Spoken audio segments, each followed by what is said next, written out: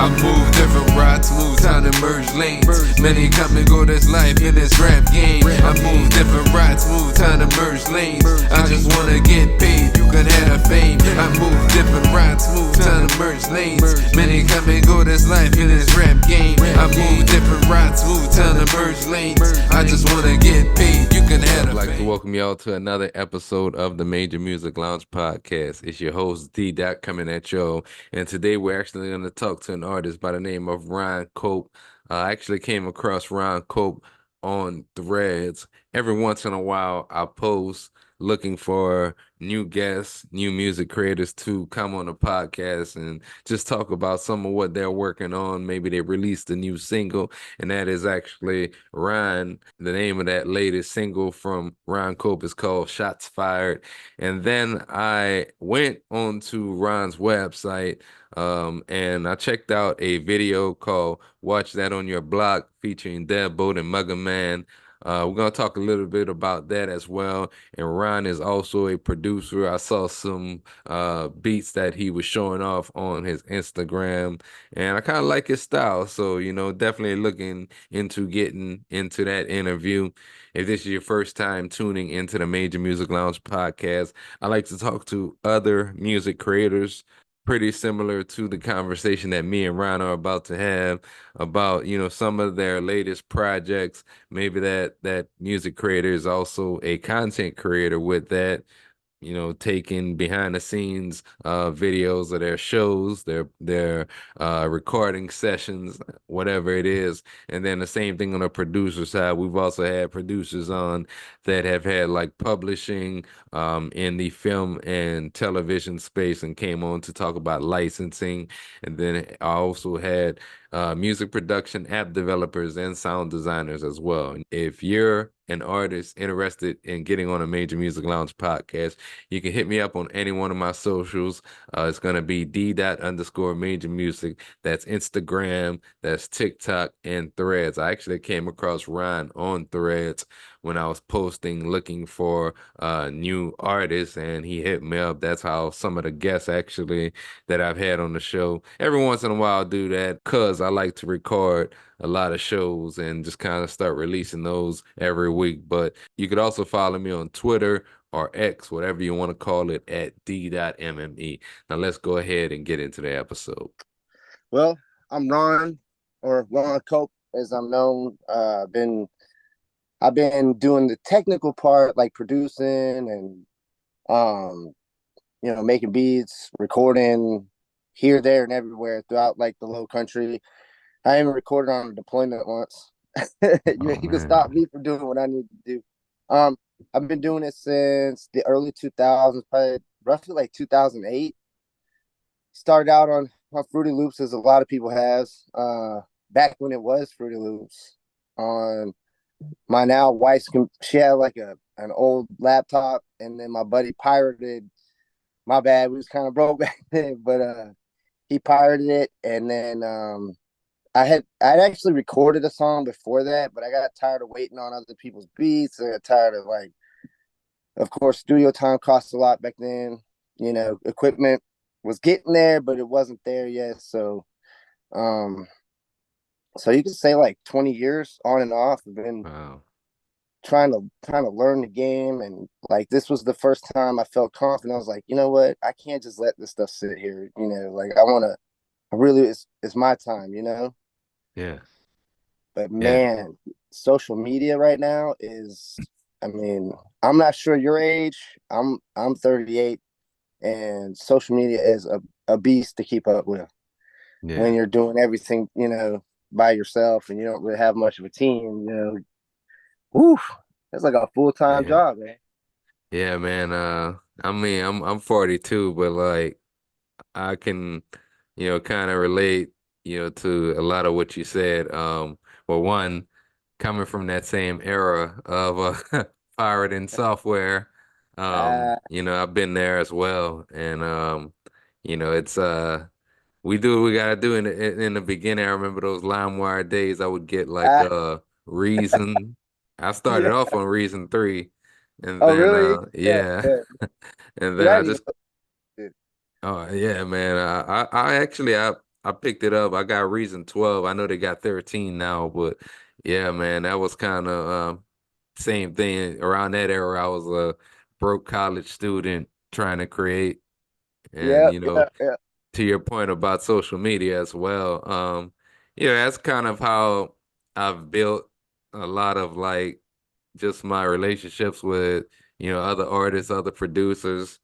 And it is a lot to figure out in terms of production as far as what I'm trying to do more is lean more on the production side. I want to start recording with more artists and, of course, selling more beats. But like aside from that, it is hard to keep up with, especially when, you're working 40 hours a week, you got a job, you might have Right. kids. If you're younger, you might be in school, if you're in your early 20s or so. So, but at the same time, it's a great tool to use to help promote. I mean, that's how we came across each other on Threads. And I like the Yeah, music community. I, I saw a video you were doing, and I was like, "Yo, that's fire, man." I'm like, we need to go back to that. Like, that's hip hop right there to me. Is like, yeah, trap beats are cool and all that, and like that, that's Dirty South. Like, I grew up on 3 6, so of course it's Yeah. like a big influence on me, especially in South Carolina. A lot of us, we didn't have big South Carolina rappers, so of course we Atlanta, we had to listen to rappers from Atlanta and all that. We might have had onesies and twosies, like Marley Marl came out in the early 2000s, but that Yeah. like we don't have an industry here, so of course we leaned on, that's what we had to listen to. So that's what influenced like my beat making, and then I kind of like the crunk era with Lil Jon. That really got me hyped. So yeah, man. Man, I got a chance to listen to your single Shots Fired, man. Pretty dope track. And did you produce that beat as well, or was that from somebody Yes, else? yeah, I produced the beat, and I mean it. I don't remember, the beat took me a while, and I was gonna throw it in the stash. I mean, you producing as well, like you get a really fire beat. You're like, just like, man, I'm gonna keep that for me, right? Yeah, yeah. I started looking at my like accounts, and I was like, maybe I should let it go. And I'm so glad that I didn't. And I was actually, to be honest with you, the funny thing about that track is I was mad at somebody when I made that track. Dude made me so mad, and I was like, I said, how can I get you without, you know, doing all, too old to be beefing and all that stuff, man. So it just came out. I made the beat. I was going to hold on, and I was like, I'm gonna put that to this beat, man. But this was like a while back though. Um, we've been cool since then, but I was like, that's how that song "Shots Fired" came. "Shots Fired" is when it's kind of a play on, when somebody's talking trash, they're like, "Oh no, shots fired, shots fired," you know. So I took the first shot. You know what I mean? Now, was that like all together? Because I mean, you talked about your musical journey starting in the early 2000s, but like, was that the start of you first releasing music, or had you released music prior to that? Um, I've kind of released stuff like here and there before I really, actually had money to put it on. Like before we were able to use like TuneCore. Before I knew anything about that, I would just throw it up on like Facebook or something. Not really serious like I am now. But then now, with that actual track, a lot of people were like, "Yo, what is that?" Like that kind of pushed me to be like, "Okay, you know what? I'm gonna go ahead and release this thing for real, and see what it does." And I've gotten a lot of love for that.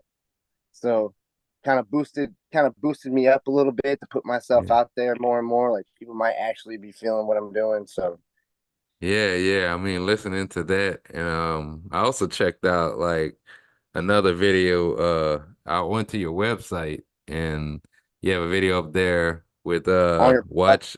Yeah, yeah, that was dope. And just listening to your flow, like, you know, I would think that you probably been releasing music like that whole time. You so sound very. oh yeah, my bad. Go ahead. I No, didn't mean no. to interrupt. I was just gonna say you sound very like seasoned, like your delivery and your lyrics like is on point. So I want to give you props on that. Hey man, I appreciate it. I appreciate it. So at that particular time, like my website has a lot of stuff. Once I released the single, I was like, I want the world to see who I am and what I've done the last 20 years. So, and plus, I'm somewhat not as organized as I probably should be, but I'm getting there. I put a little bit of everything that I've done over the last 20 years for probably from 2000, I want to say from 2009 when I was at Trident Tech. The dude that I'm with in the video, Dev Boat, big shout out to him. We worked a lot together. He's kind of like my mentor, though. Uh, he's got like that big, deep voice, Yeah, and yeah.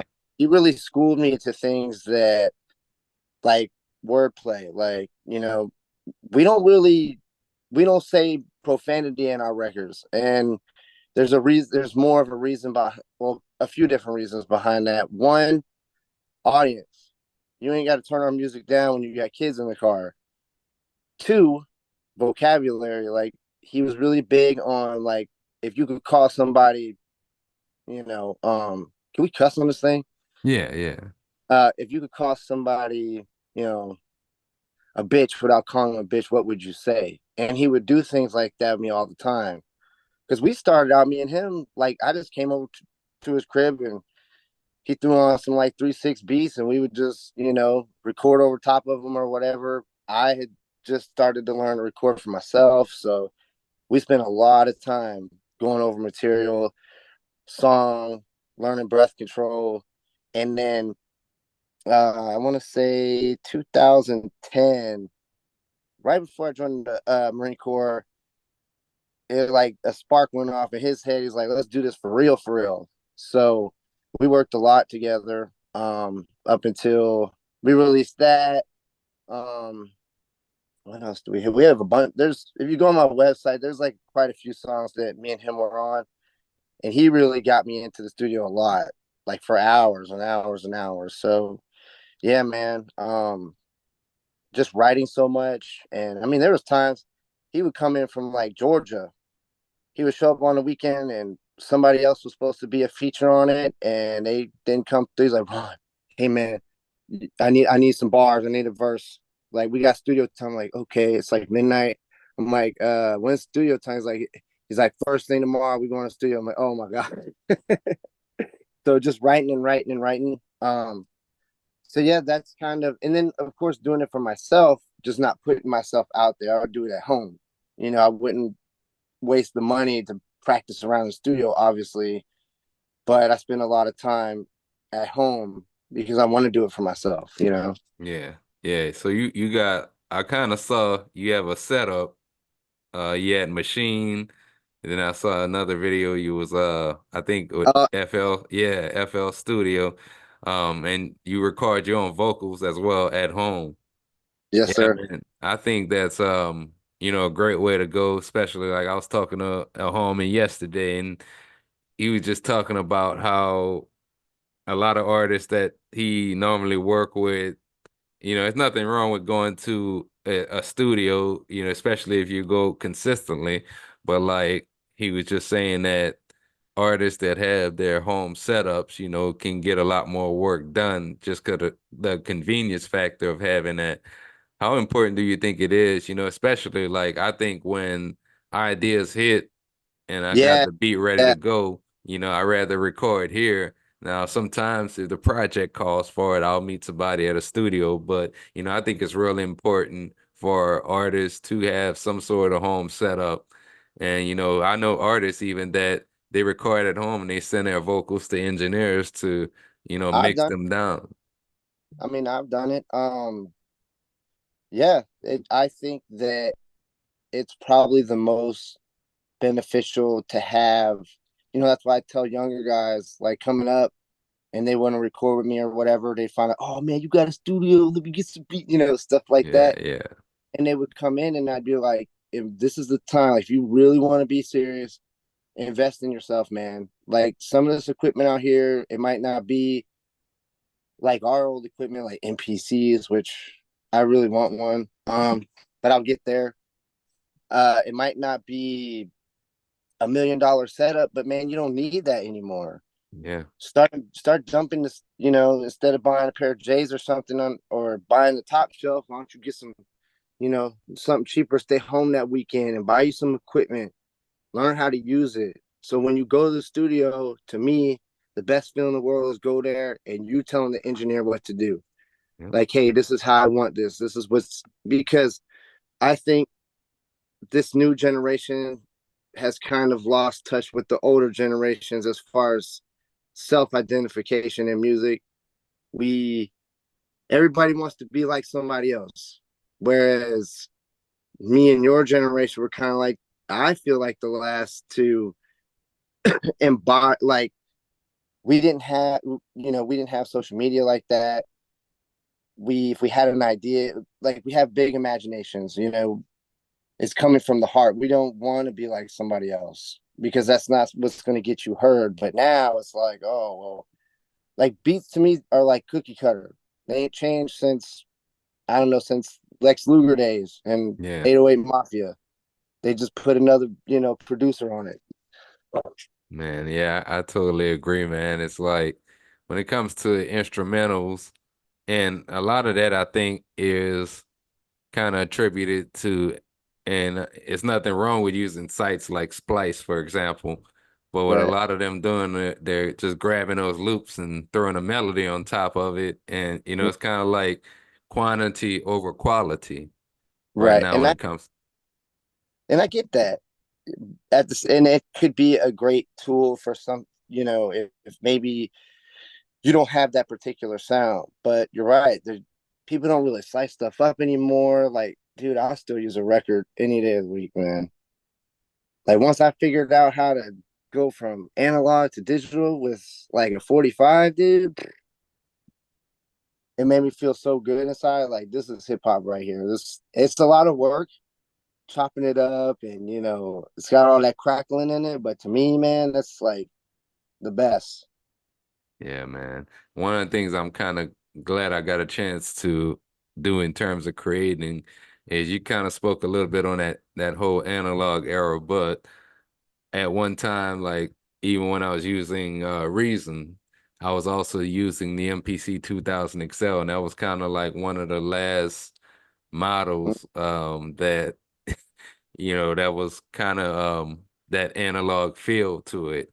And I like the new MPCs. In fact, I got MPC one right here.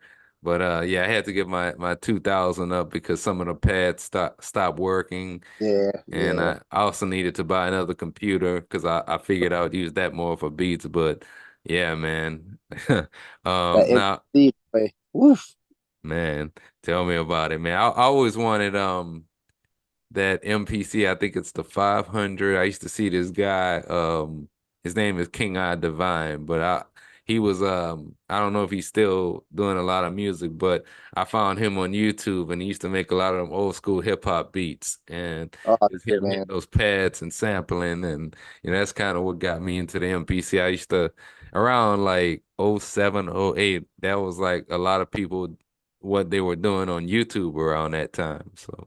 Yeah, that's really what then my favorite movie, obviously Hustle and Flow. Like when they made the song Whoop That Trick. I remember being in the theater and I had just started like really recording at that time, just whatever homemade studio I could get to, I was just like eating it up. And that song came on and dude was banging on the MPC and like, yo, it was just I think the whole theater in like North Charleston like stood up acting a fool, man. So I was like, yo, that's it. That's what I want to do. This is why I do this. Man, we done been there, man, with having that old school setup. I remember having like a old M Audio USB mic at one time that was Yep. like $100 and we just made music off of that. We didn't even care. Yeah, man. It's, like I say, dude, man, the feeling and going back to what we were talking about with having your own setup, I think that you're right. Like idea sparks and they've hit me at like 3 in the morning, knowing I got to go to work or something.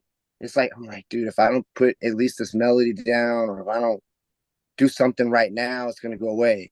So I mean, I've been known to do that, and I think it would benefit them, even if it's something small. Like I think you can Yeah. do stuff on your phone now too. I haven't really done a lot with like apps on my phone, but just having that because the inspiration sparks just like that.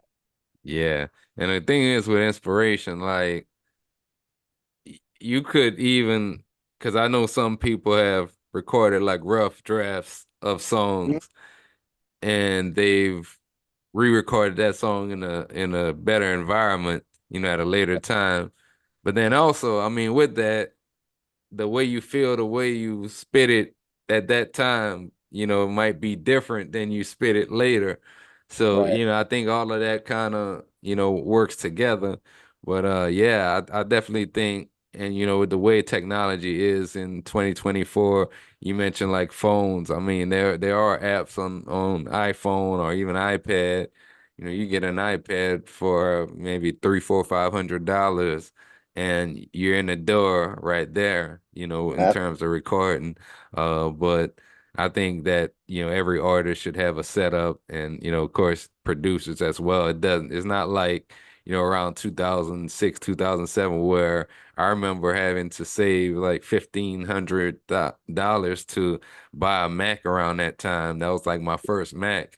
And then, hmm there on after, they got a little bit easier, but it's not like that anymore. And I think every artist could benefit from having a home setup. Now, going back, to the website, helping yourself in terms of being a spot that people that follow you, fans can go kind of like one page that has a lot of your work on it. Um, what was it that made you want to put up a website? Because me personally, I think that having a website with your music or whatever you're doing creatively is kind of like a business card. You can say, here's where you can find my music at, or any information about me at. So, what is the importance of having a website to you?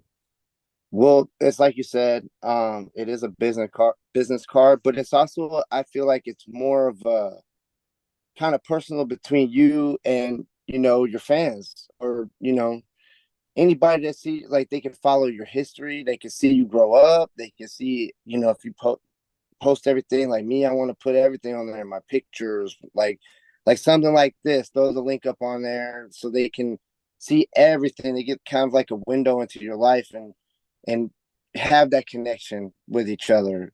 But at the same time, A&Rs, or producers, or you never know who's watching, can click on that and be like, take a look at what you've done. And you have a bio on there, put a bio on there.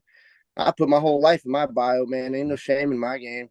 But I think that builds trust too with companies and management. They see your bio, they know who you are now. They know that they know a little bit about you. They know what's going Yeah. on, and so it's just a whole lot combined in just one little thing you got to invest in, man. It cost me like I think $20 a month through like Van Zoogle to do that. Yeah. Everything else is on you. The music, they give you the tools. You don't have to do anything crazy like we used to have to do. We had to learn code and all that. You ain't got to do none of Yeah. that. Yeah. And there's tons of sites like that. And I'm like, and nowadays, what really got me with the website was what they call the EPK, electronic press kit. I didn't even know what that was. My Yeah. buddy was he a buddy of mine was like, yeah, I got a friend at Sony or whatever. They might be able to, um push some of your stuff, just out of the blue. I'm like, oh, what? My heart started beating. I'm like, what do I got to do? I listen to music. He's like, you got to do an EPK. I'm like, an EPK? He can't just get on like, and so that's what prompted me, because at least with Bandzoogle, you can create an EPK from your website, from all the information you put on there. You could just pump it out, pump it out, pump it out. You can either send them the link to the whole website, or you could just send one of your pages that you want them to see with Yeah. links. So that's really to me like the biggest thing if you as an independent artist. And it took me what, like 30 something years to figure that out, so for all the younger guys, man, just invest in yourself. It don't cost a ton anymore. Yeah. You- Yeah, it I got my site with BeatStars right now. And what you could also do is like if you have a domain name, you can use that instead of just a generic BeatStars like Right. site. But like, I mean, there's several different ways for, artists to, or even producers. Like I pay $20 a month for my site, and there's like my whole entire beat store. I could put my projects on there.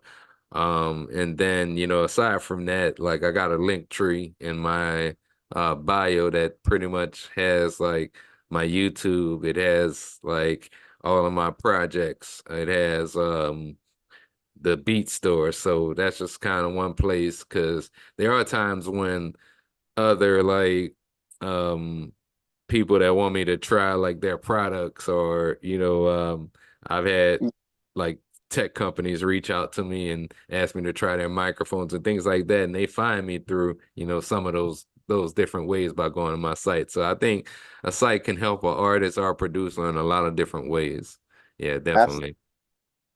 Or just, something, even if it's not like you don't want to pay for a whole website. Like I said, you can like BeatStars.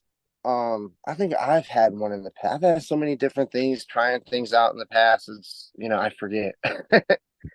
But it's not it's inexpensive now to get yourself out there and get things going. You don't have to wait to us old, to be us old heads to really to do it. I mean, if people would listen, that's the thing, man. I listen to all the older guys, man.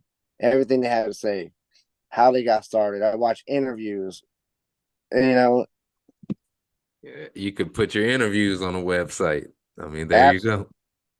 link to link to link. That's it, man. And it's just like that. Man.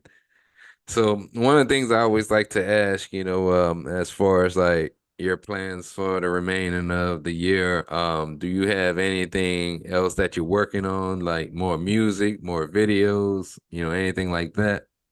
Absolutely. I've actually so uh some of my stuff, like I said, it's been over the years. Some stuff was recorded like at home, and maybe it didn't, I didn't mix it well, or I didn't have at the time um something that I didn't have the skill set or whatever. But I'm going back through and kind of looking at there was a song I did a long time ago. I recorded at home and it needed some TLC, so I've got somebody hit me up on Instagram, was like, yo, I love what you're doing. You seem like a chill dude. I'm trying to get my name out there as an engineer. So you got a song or something that I could work on, you know, Yeah, for free, just as long as you put my name on it. I'm like, bet, I got you, fam. You know what I mean? Like, here you go. So um I want to put that out because I think it's a really good track. It's not like it's more boom bap, if that makes sense. yeah, What did I sample? Tears of Joy, or I can't remember the sample or where I even got the sample from. But I think it's a really good track. Like, it's more of a life track, and because I don't in my music, I'm not here to talk about stuff that I haven't gone through, sure, or sure. I got kids, man. Like, I want to be more of a positive influence in the game. You know what I mean? Instead of all this killing and all that. Which, if that's what you talk about, I don't judge you. I've been around all kinds of folks. You gotta do what you gotta do, but that's just not what I represent as a person. I'm a lover, not a fighter, at least anymore. I'm getting Man, too old that's for. it. And Um, and like I said, I got kids. I want them to, hey, this is my dad. Like, this is what he does. They can jam it in the car if they want to. Um, I hopefully want to put an album together. I've been really kind of pushing something for South Carolina because we don't have that industry. And Our biggest hurdle is we just don't work with each other. A lot of cats don't work with each other, and I don't know why. It's like for some reason there's hurdles and like there's some kind of barrier. Oh, I can't work with you, and it's like I want to close that. I want to bridge that gap because I'll work with anybody. I don't care who it is. One of those studios, do it. You know, I don't care what block you're from. I don't care what town you're from. Just there's so much raw talent down here. There's so much culture. There's a lot to be taken away from here, and I want the industry to see that and have like they do in Atlanta or any other major city, have a big area where everybody knows that studio. Everybody goes to that spot, where everybody puts their differences down and they work together and push for one common goal. So I've been kind of reaching out to different artists I see, just to see, hey, I'll throw it out there. I don't know you, but I want you to, in an attempt to be like, hey, man, I see you out there. Let's get together. Let's do something. You want to get up there? I want to get up there too. Why don't we do it together? You know what I mean? So that's kind of like, if you've seen the cover of my website, it's supposed to be a condenser mic with our state flag wrapped around it, because I just feel like that's where it is for me. I represent South Carolina just like anybody else. And we just got to be together. So that's like my biggest push right now, is just if I can work on something with somebody from another part of the state, cool. We can put that together, put on each other's albums if we want to, whatever, But yes, I do want to put like my own solo, like an album out, instead of, song here, song there, kind of more put together, and just keep pumping it out and keep working for the people, man. Just I love everybody, blue collar, especially my blue collar folks. We don't get enough attention. The ones that, the 9 to 5 grind, Yeah. double time folks, Yeah. tired, ones that don't get celebrated on these records. That's my bread and butter. But at the same time, I represent everybody. We all in the struggle together. Man, I'm gonna definitely be, looking and, listening for what comes next. And if you have any other projects, man, feel free to reach out. Where can our listeners, find you at on social platforms as well as your music? So my website is it's Ron Cope, RONCOP 8 flow FLOW 3.com. Instagram is at Ron Cope 85. If for some reason I did my Facebook a long time ago, so it'll be like Ronnie.Copeland at the end of it. That's the only one that's really different from Ron Cope because it's so old. Sure. And I just changed it. So what else? I think Twitter or what is it, X now? X, yeah. I'm not really fond of that. I never really was, but to stay in this thing, you got to stay up to date. I think it's at Ron Cope 85, but it might be 843. I don't really get on it that much, but and what else is there?